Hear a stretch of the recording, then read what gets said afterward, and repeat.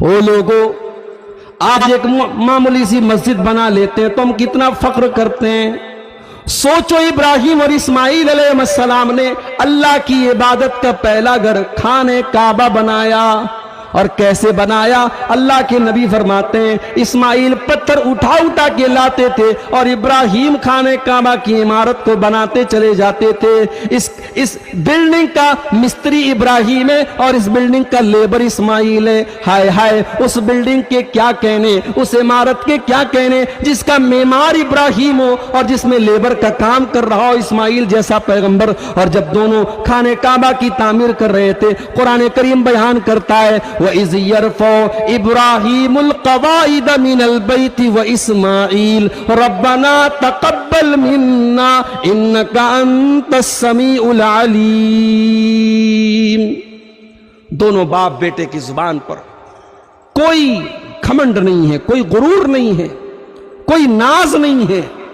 دونوں باپ بیٹے کی زبان پر بس ایک ہی دعا ہے کہ اے ہمارے پروردگار، تو ہماری اس نیکی کو قبول فرما لے۔ انکا انت السمیع العلیم، بے شک تو دلوں کا حال جاننے والا اور تو دلوں کی فریاد کو سننے والا ہے۔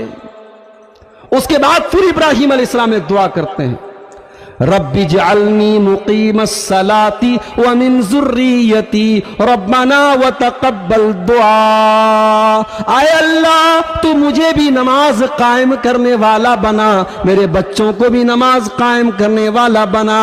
رب اجعلنی مقیم الصلاۃ ومن ذریتی، اے اللہ مجھے بھی نمازی بنا دے، میرے بچوں کو بھی نمازی بنا دے۔ نماز وہ چیز ہے میرے بھائیوں، ابراہیم علیہ السلام اپنے لیے دعا کر رہے ہیں، اپنے بچوں کے لیے دعا کر رہے ہیں کہ اللہ مجھے بھی نمازی بنا دے، میرے بچوں کو بھی نمازی بنا دے۔ اور آگے بڑھیے، ابراہیم کی پہلی بیوی کا نام سارہ تھا۔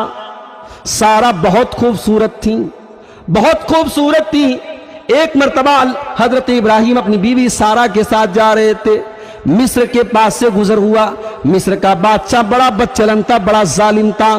وہاں سے جو لوگ گزرتے تھے عورتوں کی عزت لوٹ لیتا تھا اور مردوں کو قتل کروا دیتا تھا۔ دونوں کو اریسٹ کر لیا گیا، دونوں کو گرفتار کر لیا گیا۔ ابراہیم کو پتا چلا کہ یہاں تو مجھے قتل کروانے کا آرڈر دے دے گا اور میری بیوی کی عزت پر حملہ کرے گا۔ حضرت ابراہیم اپنی بیوی سارہ سے کہتے ہیں، اے سارہ، اگر یہ لوگ تم سے سوال کرے کہ تم کون ہو تو یہ مت بتانا کہ تم میری بیوی ہو۔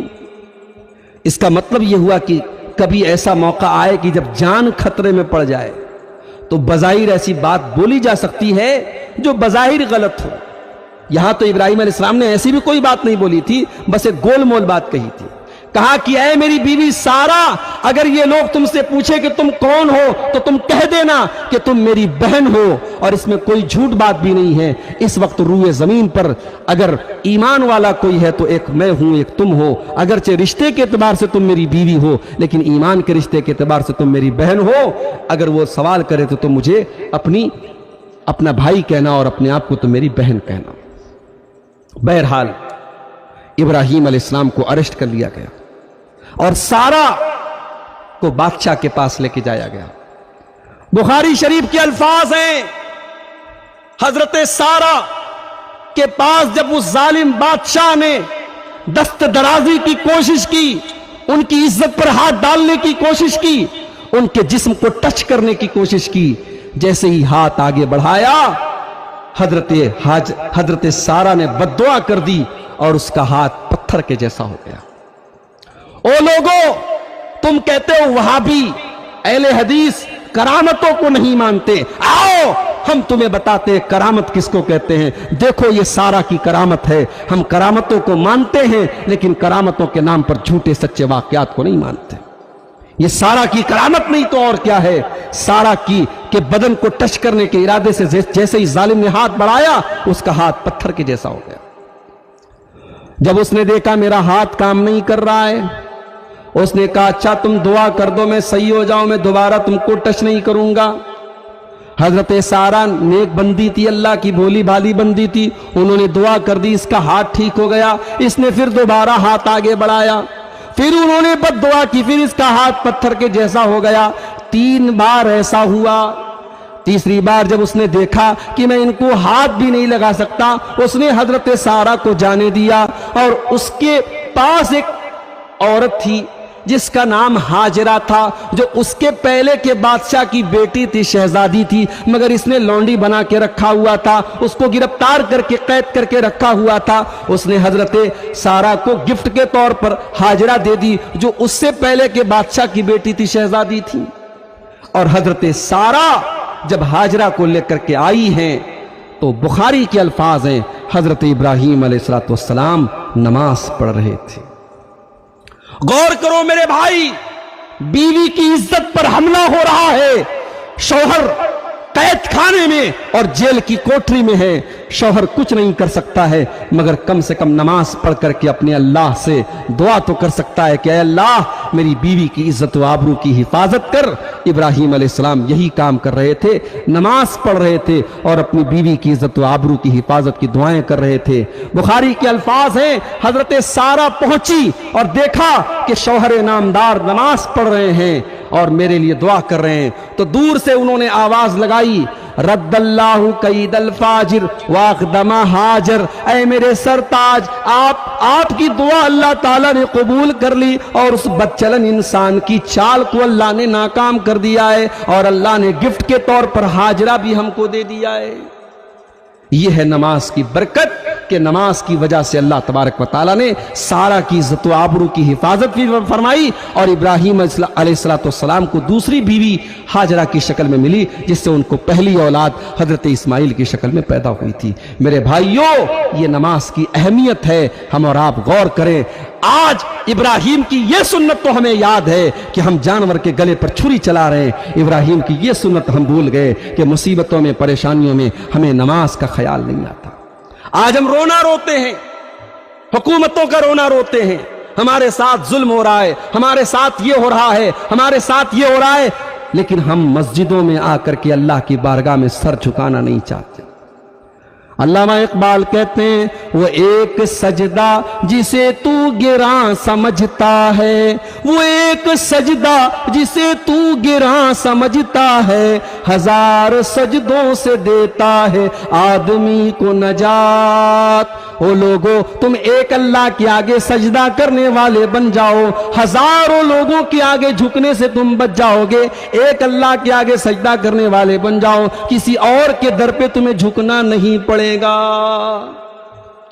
جانتے ہو قیامت کے دن بھی اللہ تعالیٰ حکم دے گا، قیامت کے دن بھی اللہ تعالیٰ سب کو حکم دے گا کہ سجدہ کرو۔ تو جو دنیا میں نمازی تھے وہ تو سجدے میں گر جائیں گے، اور جو بے نمازی تھے ان کی پیٹھ سیدھی رہے گی، ان کی پیٹھ میں یعنی جھکاؤ پیدا ہی نہیں ہوگا، وہ جھک نہیں پائیں گے، وہ چاہ کر کے بھی نہیں جھک پائیں گے۔ اللہ نے قرآن کے 29ویں پارے میں فرمایا، یوم یکشف عن ساق ویدعون الی السجود فلا یستطیعون، جس دن اللہ تبارک و تعالیٰ اپنی پڈلی کو کھولے گا، اللہ اپنی پڈلی کو کھولے گا اور لوگوں کو حکم دیا جائے گا کہ اللہ کے آگے سجدہ کرو، تو کچھ لوگ سجدہ نہیں کر پائیں گے۔ یہ کون لوگ ہوں گے؟ فرمایا وَقَدْ كَانُوا يُدْعَوْنَ إِلَى السُّجُودِ وَهُمْ سَالِمُونَ، دنیا میں یہ صحیح سالم تھے، دنیا میں بالکل صحیح سالم تھے، ان کو نماز کا حکم دیا جاتا تھا مگر یہ نماز نہیں پڑھتے تھے۔ سوشل میڈیا پہ کبھی کبھی ہم ایسے فوٹوز بھی دیکھتے ہیں، آدمی لنگڑا ہے، لولا ہے، اپاہج ہے، ویل چیئر پہ بیٹھ کر کے آتا ہے، مگر پانچوں ٹائم مسجد میں آ کر کے نماز پڑھتا ہے۔ میرے بھائیوں، اس لنگڑے لولے اپاہج انسان کو دیکھ کر کے بھی ہمیں شرم نہیں آتی کہ ہمارے ہاتھ پیر سلامت ہیں، ہمارا جسم سلامت ہے، اور ہم اللہ کی بارگاہ میں نماز کے لیے حاضر نہیں ہوتے، ہم اللہ کو کیا جواب دیں گے؟ میرے بھائی، یاد کرو اپنے نبی کی زندگی کا آخری ٹائم، اللہ کے نبی کا انتقال ہونے والا ہے، آپ کی وفات ہونے والی ہے، آپ بیمار ہیں، مرض الموت میں ہیں، سوموار کا دن ہے، فجر کی نماز کا ٹائم ہے، اللہ کے نبی فجر کی نماز کے ٹائم اپنے کمرے کا پردہ ہٹاتے ہیں، سامنے ابو بکر نماز پڑھا رہے ہیں اور صحابہ کرام فجر کی نماز پڑھ رہے ہیں۔